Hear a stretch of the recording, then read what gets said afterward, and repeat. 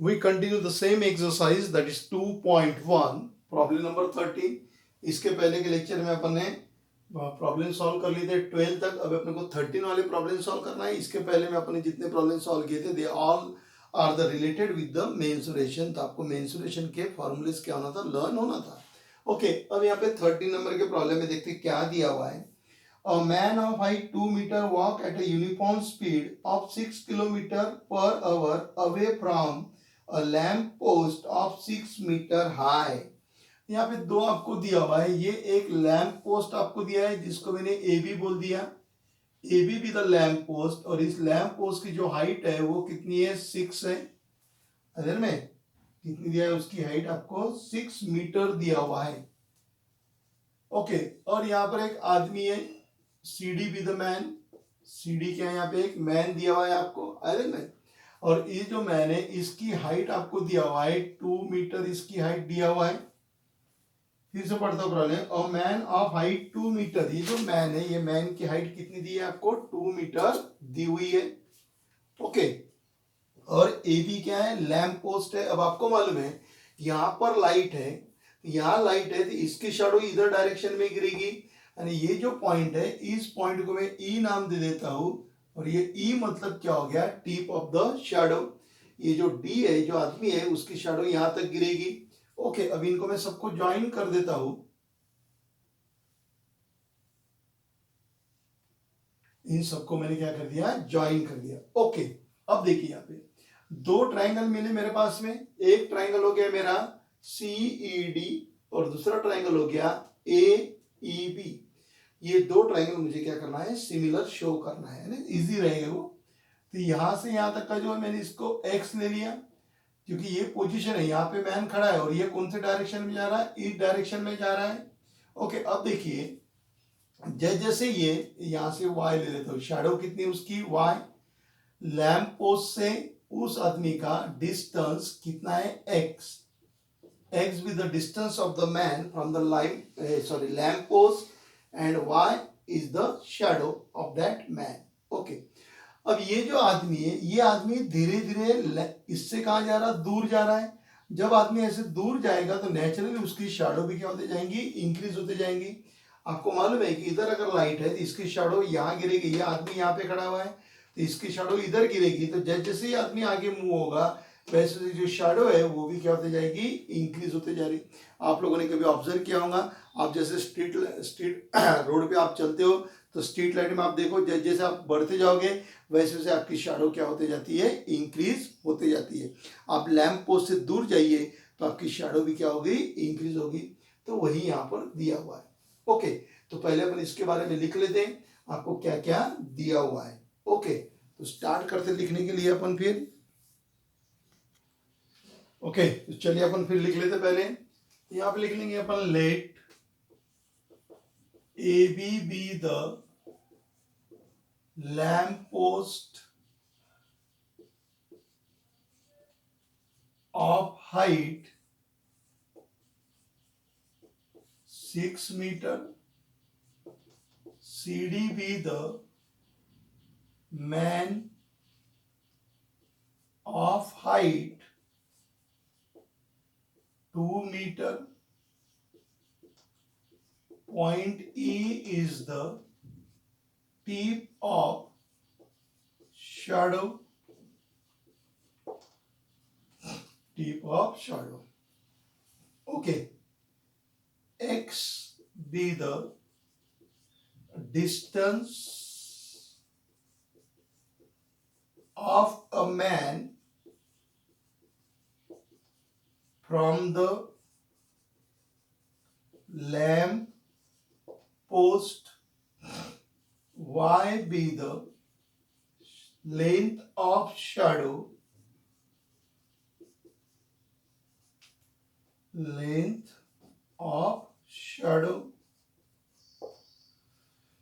Okay, ये इतना सारा अपने लिख लिया। So therefore AB equal to 6 metre, CD equal to 2 metre, AC equal to X, CE equal to Y.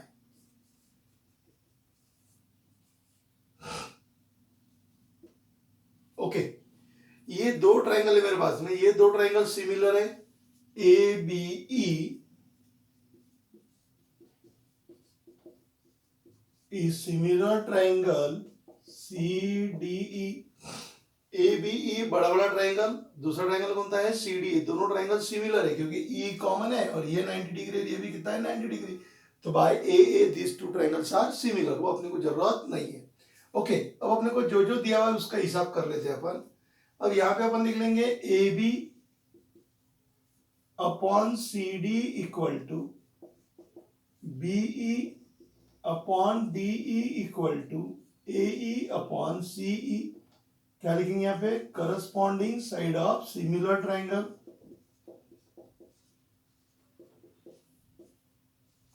Corresponding side of similar triangle. अब जिसकी वैल्यूज आपको दिया है वो वैल्यूज अपन पुट कर लेते हैं। ए बी की वैल्यू आपको 6 दी हुई है, 6 अपॉन सी डी कितना दिया हुआ है 2, बीई बीई नहीं है तो उसको छोड़ दो, डीई भी नहीं है छोड़ दो, एई आपको दिया हुआ है x प्लस वाई,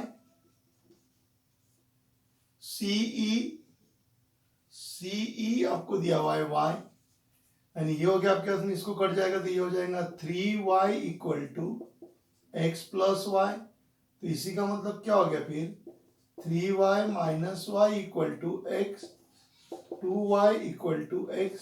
तो x इक्वल टू कितना हो गया 2y। ओके, अब आगे क्या दिया हुआ है वो अपन देख लेते हैं और आगे। ओके, तो यहां से y की वैल्यू निकालेंगे अपन, क्योंकि अपने को क्या निकालना है dy बाई डी टी निकालना है। तो y इक्वल टू कितना हो गया x अपॉन 2 हो गया। ओके, इसको मैं differentiating with respect to t कर लेता हूं। Differentiating with respect to t, ये हो गया आपके पास में dy by D T 1/2 constant dx by D T. अब dx बाई डी टी की वैल्यू आपको दी हुई है, कितना दिया हुआ है dx by D T. dx by D T क्या दिया उसने, यूनिफॉर्म स्पीड से मूव हो रहा है, walking the uniform speed of 6 kilometre. अरे यूनिफॉर्म स्पीड आपको दिया हुआ है, सो दैट इज 6 किलोमीटर। तो इसको इक्वेशन नंबर 1 दे देते, फिर वो सेंटेंस लिख लेते अपन। कौन सा sentence, uniform speed away from a lamp post with the uniform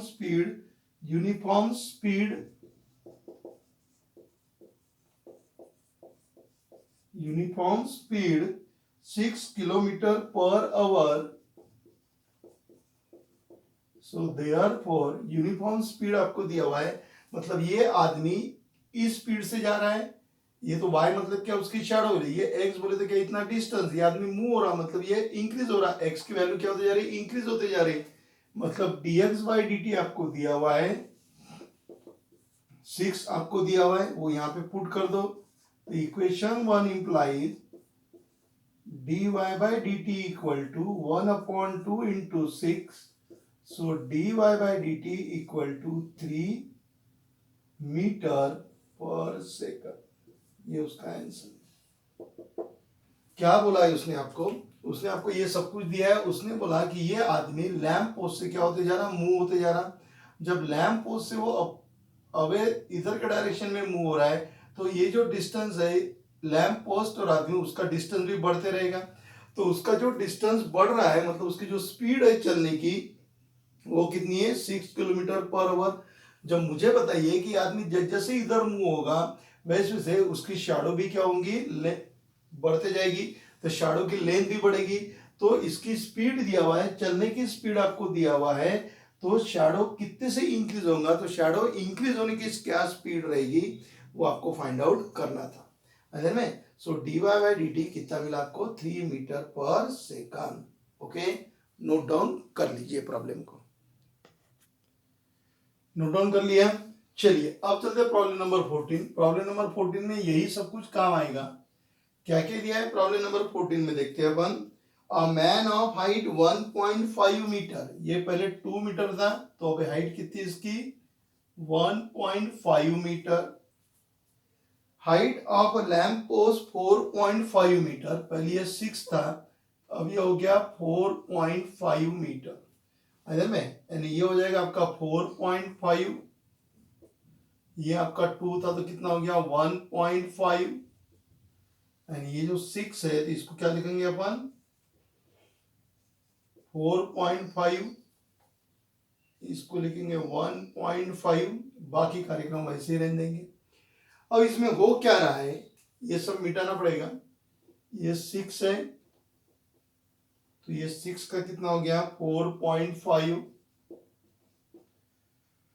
CD 1.5, बाकी यहां से बराबर आएगा।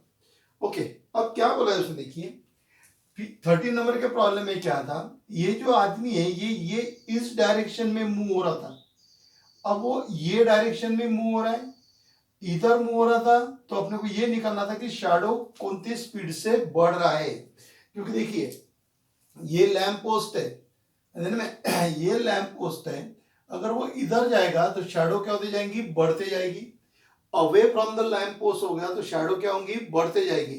तो अपने क्या किया कि शैडो कौन सी स्पीड से बढ़ रही वो अपने क्या किया, फाइंड आउट किया। अब क्या हो रहा है, ये आदमी इधर ना जाते हुए आदमी लैंप पोस्ट की तरफ आ रहा है, अब जब ये आदमी लैंप पोस्ट की तरफ आएगा तो शैडो कम होगी, लैंप पोस्ट से अवे जाएगा तो शैडो बढ़ते जाएंगे, जैसे जैसे वो लैंप पोस्ट से दूर जाएगा उसकी शैडो बढ़ते रहेगी। अब क्या कर रहा है, वो लैंप पोस्ट की तरफ आ रहा है तो शैडो कम होंगी, जैसे जैसे वो पोल की तरफ आएगा तो शैडो क्या होंगी, कम होंगी। अब अपने को करना है क्या है, जैसे पिछले प्रॉब्लम अपन ये फाइंड आउट किया था कि शैडो की स्पीड क्या है बढ़ने की, तो क्या फाइंड आउट किया था, dy बाई डी टी। यहां पर भी आपको वही फाइंड आउट करना है कि शैडो की कम होने की स्पीड फाइंड आउट करना है। पिछले प्रॉब्लम में शैडो बढ़ रहा था तो अपने क्या किया, शैडो की स्पीड फाइंड आउट किया बढ़ने की, अब शैडो कम हो रही तो यहां पर भी स्पीड फाइंड आउट करना है, और पिछले प्रॉब्लम में भी स्पीड ही फाइंड आउट किया था, मतलब dy by D T he find out किया था। अभी भी अपने को क्या फाइंड आउट करना है, dy by D T he find out करना है। डिफरेंस इतना है कि पिछले प्रॉब्लम में शैडो की लेंथ बढ़ रही थी, अभी शैडो की लेंथ कम हो रही, तो अपने को उससे नहीं करना है, अपने को सिर्फ ये करना है कि कौन सी स्पीड से बढ़ रही है और कौन सी स्पीड से कम हो रही है। एंड में ये पूरा प्रॉब्लम जैसा लिखा है ऐसा का ऐसा ही आपको लिखना है, यानी यहां तक आपका ये प्रॉब्लम नंबर 1 जो इसमें 2 आपको प्रॉब्लम दिए हुए हैं तो यहाँ पे आपका प्रॉब्लम 1 क्या होता है, सॉल्व होता है। 14 नंबर के प्रॉब्लम में 2 आपको पूछा हुआ है, एक तो ये जो आदमी है इसकी शैडो की कम होने की स्पीड कितनी है, पिछले प्रॉब्लम में ये इधर जा रहा था, इस प्रॉब्लम में ये पट्टा इधर आ रहा है, ये वाले साइड में वो आ रहा है, तो वो अपने को फाइंड आउट करना है। अरे में मतलब इधर भी स्पीड ही फाइंड आउट करना था, तो इधर स्पीड बढ़ने की नहीं कर रही थी, इधर भी स्पीड फाइंड आउट करना है, तो इधर भी स्पीड वही रहेगी, कौन सी, सिर्फ डिक्रीज होने की। स्पीड उधर भी जाएगा तो स्पीड जो स्पीड से जा रहा है उस स्पीड से शैडो बढ़ेगी, इधर भी आ रहा है तो उसी स्पीड से शैडो क्या होती जाएगी, उसकी कम होती जाएगी। एंड अपने को स्पीड फाइंड आउट करना है शैडो की, इधर मतलब शैडो की स्पीड बोले तो dy बाई डी टी। तो यहाँ पे पूरा आपका प्रॉब्लम 1 क्या हुआ, खत्म हुआ। अब अपने को प्रॉब्लम नंबर 2 क्या करना है, फाइंड आउट करना है, तो इसको आप नोट डाउन कर लीजिए, फिर मैं प्रॉब्लम नंबर 2 आपको बताता हूँ।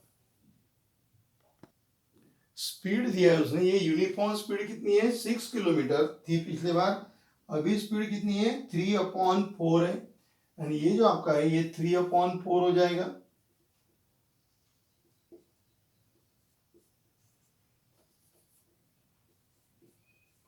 3/8 ये उसका आंसर। ओके, अब चलते अपन उसी में का सेकंड वाला फाइंड आउट करने के लिए। सेकंड वाले में क्या दिया है उसने, सेकंड में दिया है the tip of the shadow is moving. अब ये टिप ऑफ द शैडो ई तक थी, अब ये इधर मूव होगी। देखिए आदमी यहाँ पे खड़ा है, लैंप पोस्ट इधर है, तो शैडो उसकी इधर गिरेंगी कि इधर गिरेंगी, शैडो उसकी कहाँ गिरेंगी, उस साइड में गिरेंगी, ये शैडो यहाँ पे गिर गई। ये टिप ऑफ द शैडो मतलब ये ई पॉइंट ए की तरफ कितना आएगा वो फाइंड आउट करना है, क्योंकि आदमी अब इधर तो नहीं जा रहा है, इधर जाएगा तो ई पॉइंट और आगे जाता था, अब आदमी इधर आ रहा है, इसका मतलब शैडो धीरे धीरे कम होते जाएंगी। एंड अब ये ई पॉइंट धीरे धीरे कहां तक आ रहा है, ए तक आ रहा है, मतलब ए तक उसको लाना है धीरे धीरे। तो अब अपन क्या करेंगे, इसका काम नहीं अपने को, इसको मिटा देते, इसकी जरूरत नहीं ना, क्यों, क्योंकि शैडो अपनी इधर जा रही क्या, नहीं जा रही, शैडो कैसे आएंगी, ये डायरेक्शन में आएंगी, ये जो पूरा पॉइंट है ए ई, ये ए ई को मैं एक और वेरिएबल ले लेता हूं और उसको नाम क्या दे दिया मैंने, जेड नाम दे दिया। क्या नाम दे दिया मैंने उसको, जेड नाम दे दिया। तो यहां पे लिखता हूं मैं let A E equal to Z. तो इसका मतलब ये जो डिस्टेंस है, ये डिस्टेंस कितना हो जाएगा, जेड माइनस एक्स। फिर से मैं समझा देता हूँ, बहुत से बच्चों को नहीं समझाऊंगा तो थोड़ा ध्यान रखिए। पिछले बार अपन ये वाई लिया था, क्यों, क्योंकि अपन इधर मूव हो रहा था, वो जो आदमी था वो इधर मूव हो रहा था, तो उसकी शैडो क्या होती जा रही थी, बढ़ती जा रही थी। अब क्या करना है अपने को, आदमी यही खड़ा है लेकिन वो इधर ना जाते हुए ये डायरेक्शन में जा रहा है। जब वो ये डायरेक्शन में जा रहा है तो ये जो टिप ऑफ द शैडो ये धीरे धीरे कम होते जाएंगी, ये धीरे धीरे कम होते होते कहां तक आएंगी, ए तक आएंगी। तो इसीलिए मैंने इसका डिस्टेंस कितना ले लिया, जेड ले लिया। और ये x है तो ये कितना हो गया, z माइनस एक्स हो गया। वही दो कंसीडर करते हैं और इसको सॉल्व कर लेते हैं अपन। वही दो ट्राइंगल में आपको मिलेगा, triangle A B E similar triangle C D E. So A B upon C D equal to B E upon D E equal to A E upon C E, corresponding side of similar triangle. A B आपको 4.5 दिया हुआ है, C D आपको 1.5 दिया हुआ है, be का कुछ भी काम नहीं, डीई का भी काम नहीं, एई कितना आपके पास में जेड है, एई जो आपके पास में जेड है, और सीई कितना है, जेड माइनस एक्स है। इसको सॉल्व करेंगे तो ये कितना हो जाएगा, 3 हो जाएगा। एंड ये हो गया 3 upon 1 equal to Z upon Z minus X. अब इसको इधर लेके आते हैं, ये वाले डायरेक्शन में आ जाएगा तो ये हो जाएगा 3z minus 3x equal to Z. So 3z minus Z equal to 3x, so twice Z equal to 3x। Okay, so z equal to 3/2x। अब यहां पे देखिए उसने क्या बोला है कि जैसे वो इधर आएगा तो शैडो भी कम होती जा रही है। तो अपने को ये जो टिप ऑफ द शैडो, ये टिप ऑफ द शैडो का रेट फाइंड आउट करना है। टिप ऑफ द शैडो का क्या करना है, मुझे रेट फाइंड आउट करना है। इसका ही मतलब मुझे D Z by D T क्या करना है, फाइंड आउट करना है। मैं समझ लो लैंप पोस्ट पीछे है और मैं यहाँ हूं, अब मैं धीरे धीरे लैंप पोस्ट की तरफ जा रहा हूँ। तो जैसे मैं लैंप पोस्ट की तरफ मूव होगा तो जो टिप ऑफ द शैडो है वो भी क्या होंगी, धीरे धीरे पीछे आते जाएंगी। तो इसका ही मतलब मुझे D Z by D T find out करना है। ठीक है, so differentiating with respect to T, ये हो जाएगा D Z by D T 3/2 dx by D T. तो आपको dx बाई डी टी दिया हुआ है, दैट इज 3/4 आपको दिया हुआ है। ओके, तो 3/4 आपको दिया हुआ है तो कितना हो जाएगा, 9/8 किलोमीटर पर आवर। ये आपका आंसर रहेगा, 9/8 किलोमीटर पर आवर। ओके, समझ गया बराबर। थोड़ा सा ये एडिशनल पार्ट है, क्यों, क्योंकि उसने पिछले बार टिप ऑफ द शैडो के बारे में पूछा हुआ नहीं था अपने को। अब वो बोलता कि जैसे आदमी इधर आ रहा है शैडो तो कम हो रही, शैडो का रेट अपन ने बता दिया कि इस रेट से शैडो क्या होते जाएंगी, कम होते जाएंगी। तो वो बोलता कि ये टिप ऑफ द शैडो भी कितने स्पीड से इधर आएगा, टिप ऑफ द शैडो भी अपने को फाइंड आउट करना है। और tip of the shadow A point तक कब आएगा, वो कितना है, उसकी स्पीड करेंगे 9/8 किलोमीटर पर आवर। तो इस तरीके से प्रॉब्लम नंबर 13 और प्रॉब्लम नंबर 14 खत्म हुआ। दोनों एक जैसी ही प्रॉब्लम है। Okay, so move on the problem number 15। Problem 15 दिया है, a ladder is 10 metre long is leaning against a vertical wall. If the bottom of the ladder is pulled horizontally away from the wall at the rate of 1.2 meter per second, find how fast the top of the ladder is sliding down the wall when the bottom is 6 meter away from the wall. A ladder 10 meter long is leaning against a vertical wall. ये एक vertical wall है आपके पास में, जिसको नाम मैंने दे दिया A B is the vertical wall. और इसको एक यहाँ पे सीढ़ी लगी हुई है और वो एसी जो है वो सीढ़ी का काम कर रहा है। ए बी क्या आपकी वर्टिकल वॉल है और एसी जो है वो क्या आपका लैडर है, में। तो A B is the vertical wall and A C is the ladder. तो यहां पे लिख देता हूं मैं, let A B the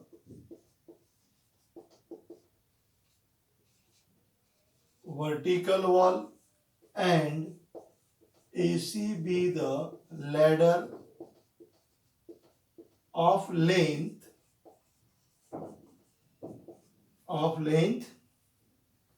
10 meter. So therefore AC equal to 10. AC कितना हो गया आपका? 10 हो गया। ये आपको 10 मीटर दिया हुआ है। ये लैडर है आपके पास में, इसको समझ लो ये 90 डिग्री रहेगा क्योंकि परपेंडिकुलर है, वर्टिकल वॉल बोले तो। फिर वो आगे उसने क्या दिया हुआ है आगे उसने आपको दिया हुआ है pull horizontally away from the wall, यानी ये जो उसका फुट है लैडर का, ये फुट को क्या किया उसने, इस डायरेक्शन में क्या कर रहा, खींच रहा है। सी ऐसी लैडर खड़ी है ना, ये वर्टिकल वॉल है और ये लैडर है। अब जैसे जैसे ये फुट उधर जाएगा तो लैडर भी क्या होंगी, इसके सारे ऐसे नीचे आएंगी। ये देखिए ये लैडर यहाँ पे खड़ी है, बराबर है, रेड पेन बोले तो लैडर है। अब ये लैडर का जो ये पॉइंट है सी पॉइंट, इसको क्या कर रहा है वो दीवार से उधर खींच रहा है अपोजिट डायरेक्शन में। तो देखिए जैसे अपोजिट डायरेक्शन में खींचेंगे तो वैसे वैसे ये लैडर क्या होते जाएगा, डाउन होते जाएगा, मतलब नीचे आते जाएगा। तो उसने इसकी स्पीड दी हुई है, खींचने की स्पीड दी हुई है। तो समझ लो ये जो डिस्टेंस है, ये डिस्टेंस मैं x ले लेता हूं और ये डिस्टेंस जो है ये कितना ले लेता हूं मैं, y ले लेता हूं। जब ये इधर खींच रहा है मतलब आपको क्या दिया हुआ है, dx बाई dt आपको दिया हुआ है। तो dx बाई dt कितना दिया है, 1.2 मीटर पर सेकंड।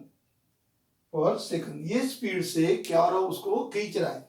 ये सी पॉइंट को कोई एक बदमाश होगा वो क्या कर रहा है, इसको इस तरीके से खींच रहा है। जैसे इसको खींचेगा तो ये जो पॉइंट है ये धीरे धीरे क्या आते जाएगा, लैडर नीचे आते जाएंगे। तो ये लैडर नीचे आते जाएगी, जैसे ये करेगा तो उसकी स्पीड दिया हुआ है उसने dx बाई dt। तो वो ये बोलता है कि इस स्पीड से अगर मैं इसको खींचूंगा तो ये जो नीचे आएंगे तो नीचे आने की स्पीड क्या रहेंगी अपने को फाइंड आउट करना है।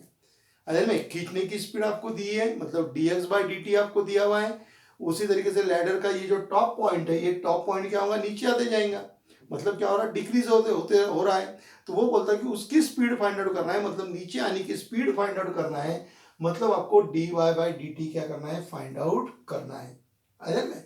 तो लिख लेते फिर अपन, let BC equal to x metre, AB equal to y metre, ये आपको दिया हुआ है। ओके, अब देखिए अब मुझे एक आधा इक्वेशन लगेगा तो पहले मैं इसके अंदर पाइथागोरस थ्योरम यूज कर लेता हूं।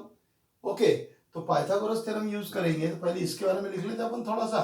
तो यहां पे लिख लेते हैं अपन dx by dt equal to 1.2 metre पर सेकंड, इट इज गिवन। ये ट्राइंगल में पाइथागोरस थ्योरम यूज कर लो, क्यों, क्योंकि अपने पास में इक्वेशन नहीं है ना।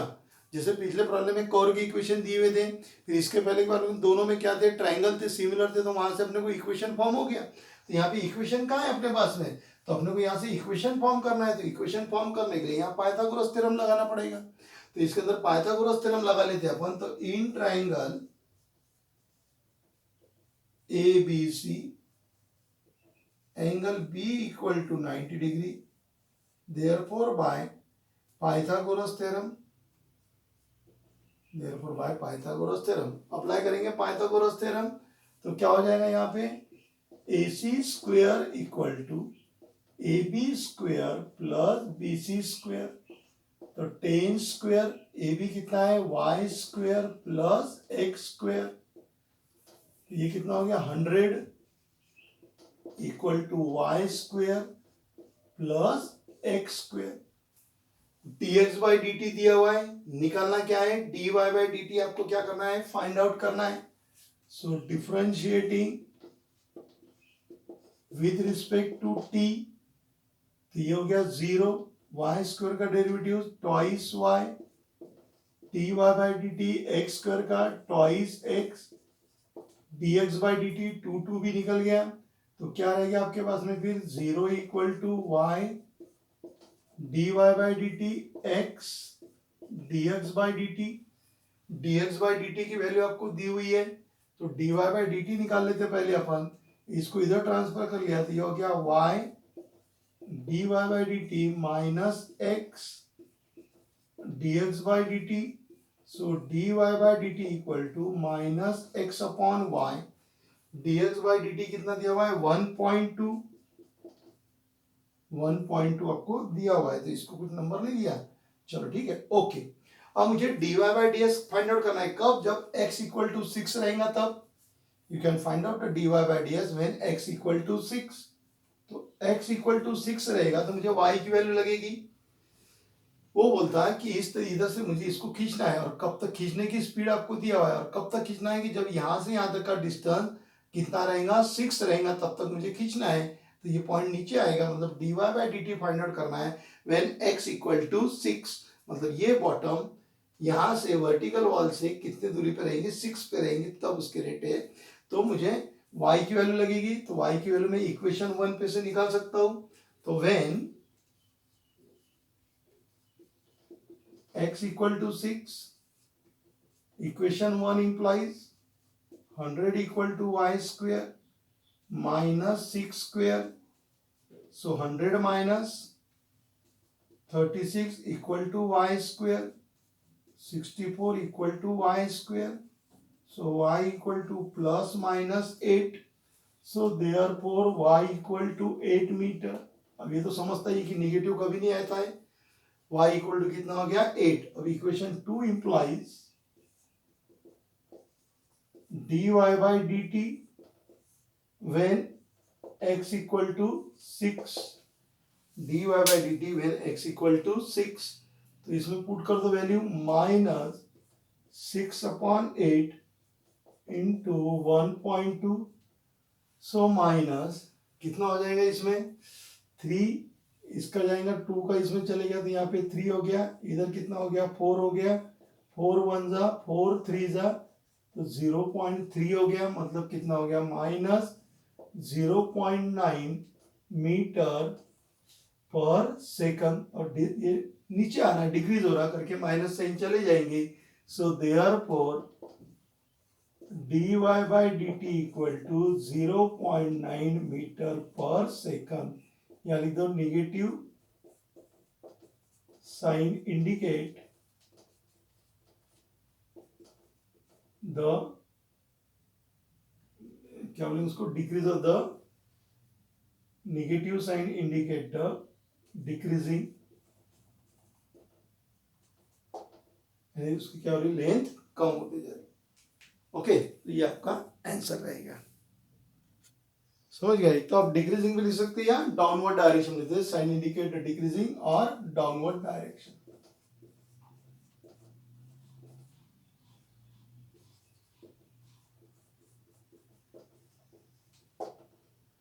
ओके, तो ये आपका प्रॉब्लम नंबर 15 खत्म हो गया.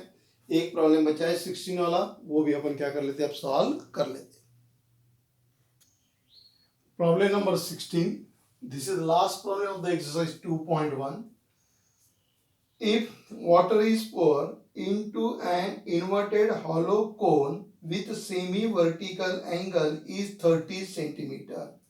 उसने आपको दिया हुआ है hollow cone दिया हुआ है आपको, और वो कोन को क्या किया, उसने इन्वर्टेड किया. इन्वर्टेड किया मतलब उल्टा कर दिया. तो ये इस तरीके से आपके पास में कोन दिया हुआ है. ठीक है, ये कोन है आपके पास में. सेमी वर्टिकल ये दिया हुआ है.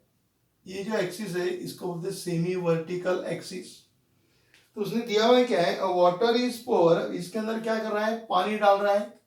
इसके अंदर पानी डालने का कार्यक्रम चालू हो गया, मतलब यहां तक कहीं तो भी पानी हो गया इसके अंदर.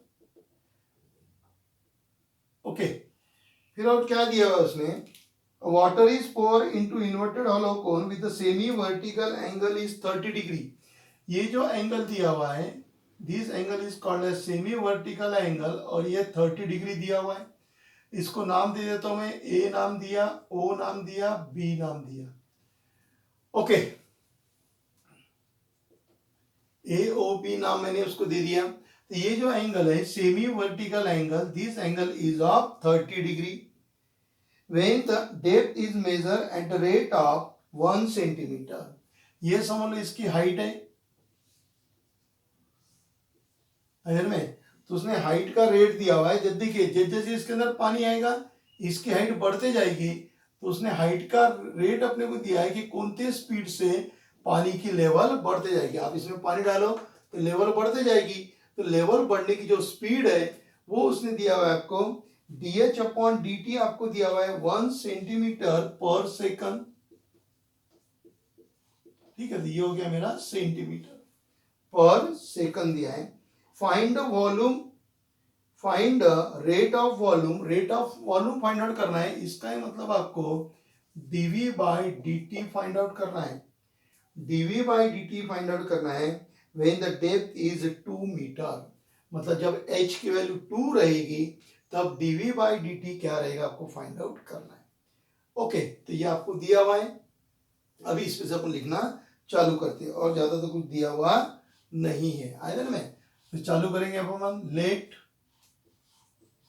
h r be the height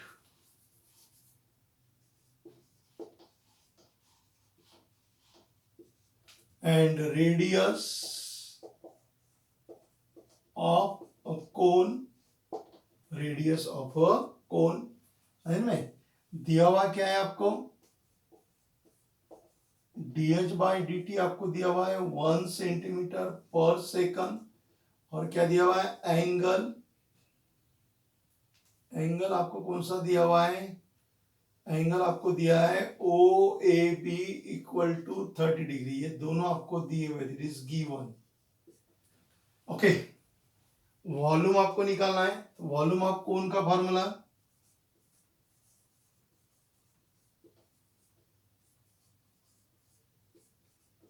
spear का तो आपको मालूम था 4/3 पाई आर स्क्वायर, इसका कितना हो जाएगा 1/3 पाई आर स्क्वायर एच। ओके, अब एक बात यहां ध्यान में रखिए, ये 1/3 है, ठीक है, क्योंकि कोन और सिलेंडर की इसमें रिलेशन है, वो आप 10th स्टैंडर्ड में पढ़े होंगे। ठीक है, अब यहाँ पे देखो आर भी वेरिएबल है, एच भी वेरिएबल है, तो मैं यहाँ पे डिफरेंशिएट नहीं कर सकता इसको।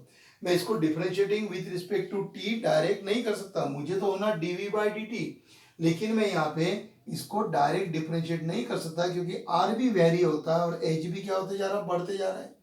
तो दोनों वेरी हो रहे हैं, क्योंकि जैसे इसमें पानी बढ़ते जाएगा एच बढ़ेगा, साथ में रेडियस भी क्या होती है, यहाँ पे रेडियस अलग रहेगा, यहाँ अलग रहेगा, यहाँ अलग रहेगा, तो दोनों वेरी हो रहे हैं। जब दोनों वेरिएबल है तो अपन डिफरेंशिएट कर नहीं सकते, एंड मैं differentiating with respect to t direct नहीं कर सकता। अब मुझे क्या करना है, ये जो दो वेरिएबल है इसको एक में क्या करना है, मुझे कन्वर्ट करना है।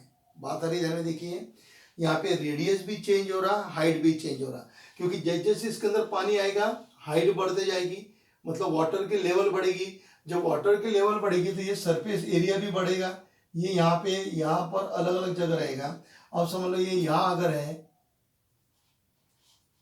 तो यहाँ पर अगर 2 सेंटीमीटर है तो यहाँ पे 3 सेंटीमीटर होगा, है ना, मतलब आर और एच दोनों क्या हो रहे, वेरी हो रहे। तो इसका ही मतलब मुझे क्या करना पड़ेगा, आर की वैल्यू फाइंड आउट करना है in terms of H, R की value in terms of H, क्योंकि मुझे क्या निकाल, मुझे दिया हुआ क्या है, dh/dt दिया हुआ है, मतलब इसके अंदर एच रहने को ना, अगर इसमें से एच गायब कर दिया तो फिर और पाइथागोरस थ्योरम यूज करना पड़ेगा बेवजह। तो इसीलिए क्या करता हूं मैं, ये आर को एच में क्या करता हूं, कन्वर्ट करता हूं। ये जो आर है ये आर को काय में कन्वर्ट कर देता हूं, मैं एच के फॉर्म में कन्वर्ट करता हूं। कैसा कन्वर्ट करते वो देखिए, इसको मैं इक्वेशन नंबर 1 दे देता हूं। ठीक है, मैं इसको ले लेता हूं ट्राइंगल को, यहाँ पे ये ट्राइंगल यहां ले लिया, ये एंगल 30 डिग्री दिया हुआ है, ठीक है, ये ए पॉइंट दिया हुआ है, ये 90 डिग्री है, मतलब ये हाइपोटेनस हो गया।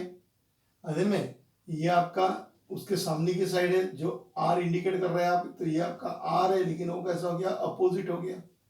अरे में अब मुझे बताइए मुझे क्या होना, इसमें ओ ए दिया हुआ है, ओ ए आपको एच दिया हुआ है, ठीक है। अब देखिए ये हाइपोटेनस हो गया, ये आपका अपोजिट हो गया, तो जो बच जाता वो साइड कौन सी हो जाती है आपकी, एडजेसेंट साइड हो जाती। कौन सी साइड हो जाती है, एडजेसेंट साइड। अब मेरे पास में अपोजिट और एडजेसेंट दिया हुआ है, तो कौन सी इसका रेशियो यूज करना है मुझे बताइए। अपोजिट और एडजेसेंट दिया हुआ है, हाइपोटेनस दिया हुआ नहीं है, अपोजिट दिया हुआ है आर, एडजेसेंट दिया हुआ है, जो आप इसको ओ ए जो है ना आपका ओ ए क्या है हाइट है, वो कितनी है एच दी है, तो कौन सा रेशियो यूज करूंगा मैं, 10 का यूज कर सकता है ना। तो मैं यहाँ पे लिखता हूं in triangle AOB tan 30 equal to opposite upon adjacent. tan 30 की वैल्यू कितनी है 1/√3 अपोजिट R, और ये कितना दिया हुआ है H, so R equal to कितना हो गया, ये इधर चले गया, मतलब H/√3। समझ में आ रहा क्या कर रहे हैं, क्योंकि यहाँ पे दोनों वेरिएबल है, मुझे दो में से किसी एक में कन्वर्ट करना है, इसलिए मैंने R को किसके फॉर्म में लिखा है, H के फॉर्म में, क्योंकि मुझे dH/dt दिया हुआ है। अगर मैं R लेता तो पाइथागोरस थ्योरम यूज करके फिर अपने को वैल्यू फाइंड आउट करना पड़ता था। ओके, तो मुझे ये वैल्यू निकाल लिया मैंने R की वैल्यू। अब R की वैल्यू इक्वेशन 1 में पुट करता हूं, तो इक्वेशन 1 इंप्लाइज क्या हो जाएगा, V equal to 1/3 pi, R की वैल्यू पुट कर दिया, H/√3 उसका स्क्वायर इनटू H, इसके सामने लिख देता हूं मैं, फ्रॉम कितना लिख दिया 2 लिख दिया। अब इसको सॉल्व करेंगे अपन, सो दैट इज 1/3 पाई वैसी रहेगा h³ sorry h² into h, ये हो गया π/9 इंटू h³। ओके, अब इसको डिफरेंशिएट करेंगे अपन, differentiating with respect to t, ये हो गया मेरे पास में dv/dt equal to π/9 constant h³ का हो जाएगा 3h² dH/dt। ठीक है, तो dH/dt आपको दिया हुआ है, ये कैंसिल होके क्या बन गया π/3 h² dH/dt कितना दिया हुआ है 1, तो ये हो गया आपके पास में dV/dt इक्वल टू π/3 h²। ठीक है, तो आपको फाइंड आउट करना है dV/dt, जब h कितना रहेगा 2 रहेगा तब, when h equal to 2, so π/3 into 2 square, so that is equal to 4π/3, volume है तो सेंटीमीटर क्यूब पर सेकंड, ये आपका आंसर रहेगा कौन सा 4π/3 सेंटीमीटर स्क्वायर। ओके, अच्छी तरीके से नोट डाउन कीजिए। ओके, नोट डाउन कर लिया आप सभी ने। तो अब देखिए एकदम सिंपल प्रॉब्लम था, थोड़ा सा ये कंसेप्ट नया था, तो ये आपको ध्यान में रखना है। अरे मैं ये स्टेप को मैं मार्क कर देता हूँ ताकि आपको कंफ्यूज होने की जरूरत नहीं है। ओके, तो इस तरीके से अपने एक्सरसाइज 2.1 यहाँ पे क्या किया अपने खत्म कर दिया है। तो 2.1 में आपने देखा होगा equation of tangent and normal find out करना है, जो काफी आसान प्रोसेस है आयरन में। उसके लिए आपको स्लोप लगेगा और क्या लगेगा पॉइंट लगेगा। उसके बाद में अपने रेट ऑफ मेजर के प्रॉब्लम देखिए, रेट ऑफ मेजर में आपको जो इक्वेशन दिया हुआ है उस इक्वेशन को आपको क्या करना है, वहां से dy/dx निकालना है। फिर कोई कंडीशन दी होंगी, वहां से dy/dx निकाल के दोनों को क्या करना है, आपको कंपेयर करना है। टेंजेंट का है कि नॉर्मल का है वो आप देख लीजिए, और उसके हिसाब से आपको प्रॉब्लम क्या करना है, सॉल्व करना है। वहां पे आपको सिर्फ थोड़े फॉर्मूले जो है मेंसुरेशन से रिलेटेड वो आपको पता होना चाहिए।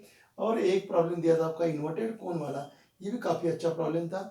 ओवरऑल इसके अंदर जो आपने डिफरेंशिएशन यूज किया वो काफी आसान डिफरेंशिएशन थे। सिर्फ आपको जो प्रॉब्लम में दिया हुआ क्या है उसका आपको लॉजिक लगाते आने को ना, और वो लगाने के बाद में आप इसको सॉल्व कर सकते हैं। ओके, तो यहाँ पे अपन एक्सरसाइज 2.1 क्या किया, खत्म किया। आप अच्छे से इसकी प्रैक्टिस कीजिए। नेक्स्ट लेक्चर के अंदर इसके बाद का जो टॉपिक है वो आपके इसमें अप्रोक्सीमेशन, उसके बारे में अपन स्टडी करेंगे। ओके, तो अच्छे से नोट डाउन कर लीजिए, स्क्रीनशॉट लीजिए, और फिर अपन मिलेंगे नेक्स्ट लेक्चर के अंदर।